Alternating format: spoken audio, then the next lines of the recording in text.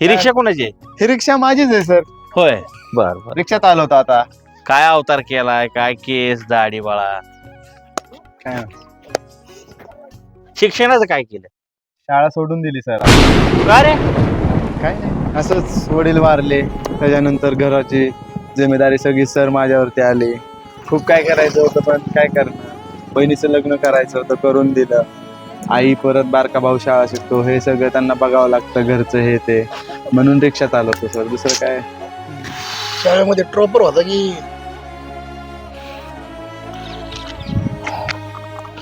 असू दे बाळा, खचू नकोस. ज्या संघर्षाची सुरुवात शून्यातून होते त्याचा शेवट मात्र इतका आनंदात होतो विचारू नको. आणि हे बघ बाळा, हे कष्टच आहे. कष्ट करायची लाज कसली. मात्र हा धंदा जो आहे तो खूप इमानदारीने कर.